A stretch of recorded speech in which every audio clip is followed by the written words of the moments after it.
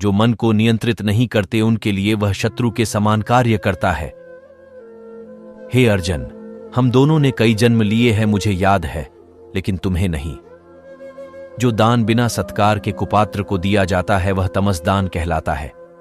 कोई भी इंसान जन्म से नहीं बल्कि अपने कर्मों से महान बनता है। जो चीजें हमारे दायरे से बाहर हो उसमें समय गंवाना मूर्खता ही होगी। जिस प्रकार मनुष्य अपने पुराने वस्त्रों को त्याग कर नए वस्त्र को धारण करता है, ठीक उसी प्रकार आत्मा पुराने तथा व्यर्थ के शरीरों को त्याग कर नए भौतिक शरीर को धारण करता है। प्रत्येक व्यक्ति इस भौतिक शरीर रूपी रथ पर आरूढ़ है और बुद्धि इसका सारथी है, मन इसका लगाम है तथा इंद्रियां घोड़े हैं। इस प्रकार मन तथा इंद्रियों की संगति से यह आत्मा सुख या दुख का भोक्ता है। मृत्यु के समय जीव द्वारा विकसित की गई चेतना उसे दूसरे शरीर में ले जाती है। कौन क्या कर रहा है, कैसे कर रहा है और क्यों कर रहा है, इन सब से आप जितना दूर रहेंगे उतना ही आप खुश रहेंगे। समझदार व्यक्ति जब संबंध निभाना बंद कर देता है तो समझ लेना उसके आत्मसम्मान को कहीं न कहीं ठेस पहुंची है। अहंकार, घमंड, क्रोध और निष्ठुरताएं अज्ञान से उत्पन्न हुए आसुरी प्रकृति के लोगों के भुण हैं। इनका त्याग करना ही हमें अच्छा इंसान बनाता है। मोह उसी का करो जिस पर आपका अधिकार है। जिस पर आपका अधिकार ही नहीं है उसका मोह भी नहीं करना चाहिए। विषयों वस्तुओं के बारे में सोचते रहने से मनुष्य को उनसे आसक्ति हो जाती है।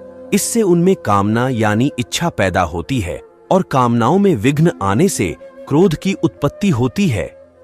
जितना हो सके खामोश रहना ही अच्छा है, क्योंकि सबसे ज्यादा गुनाह इंसान से उसकी जुबान ही करवाती है।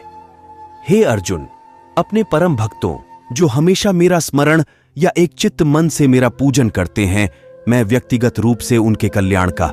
इतिहास कहता है कि कल सुख था, विज्ञान कहता है कि कल सुख होगा, लेकिन धर्म कहता है अगर मन सच्चा और दिल अच्छा हो तो हर रोज सुख होगा। ज्यादा खुश होने पर और ज्यादा दुखी होने पर निर्णय नहीं लेना चाहिए, क्योंकि यह दोनों परिस्थितियां आपको सही निर्णय नहीं लेने देती हैं। जो होने वाला है वो होकर ही रहता है और जो नहीं होने वाला वह कभी नहीं होता। ऐसा निश्चय जिनकी बुद्धि में होता है उन्हें चिंता कभी नहीं सताती है। कोई भी इंसान जन्म से नहीं बल्कि अपने कर्मों से महान बनता है। बिना फल की कामनाएं ही सच्चा कर्म है। ईश्वर चरण में हो समर्पण वही केवल धर्म है। गीता में लिखा है जब इंसान की जरूरत बदल जाती है तब इंसान के बात करने का तरीका बदल जाता है। चुप रहने से बड़ा कोई जवाब नहीं और माफ कर देने से बड़ी कोई सजा नहीं। सदैव संदेह करने वाले व्यक्ति के लिए प्रसन्नता न इस लोक में है ना ही कहीं और। जो मन को नियंत्रित नहीं करते उनके लिए वह शत्रु के समान कार्य करता है। गीता में कहा गया है कोई भी अपने कर्म से भाग नहीं सकता, कर्म का फल तो भुगतना ही पड़ता है। मनुष्य अपने विश्वास से निर्मित होता है, जैसा वह विश्वास करता है वैसा वह बन जाता है।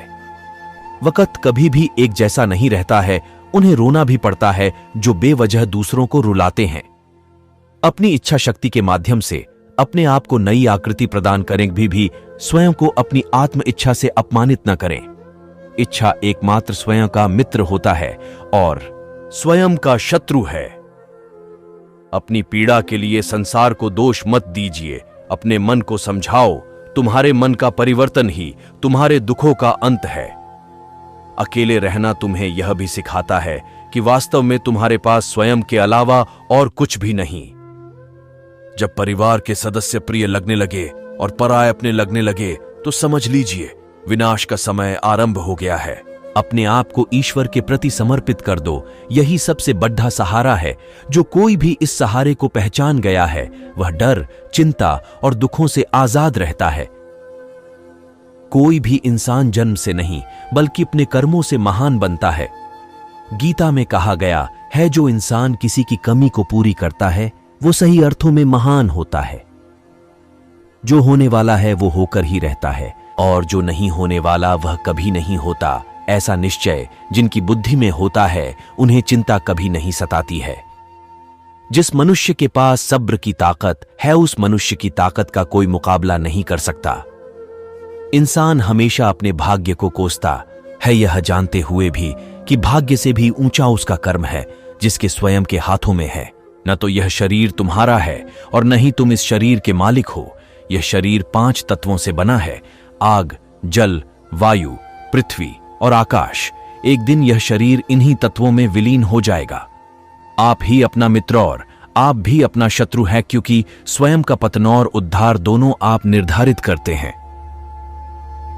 ज्यादा खुश होने पर और ज्यादा दुखी होने पर निर्णय नहीं लेना चाहिए, क्योंकि यह दोनों परिस्थितियां आपको सही निर्णय नहीं लेने देती हैं। तराशने वाले पत्थरों को भी तराश देते हैं, नासमझीरों को भी पत्थर करार देते हैं। जितना हो सके अपने मन को मारे, क्योंकि यही एकमात्र ऐसी चीज है जो हमें आगे बढ़ने नहीं देता। जो हो रहा है उसे होने दो। तुम्हारे ईश्वर ने तुम्हारी सोच से भी बेहतर तुम्हारे लिए सोच रखा है। सही कर्म वह नहीं है जिसके परिणाम हमेशा सही हो, अपितु सही कर्म वह है जिसका उद्देश्य कभी गलत ना हो। संसार में कोई भी मनुष्य सर्वगुण संपन्न नहीं होता, इसलिए कुछ कमियों को नजरअंदाज करके रिश्ते बनाए रखिए।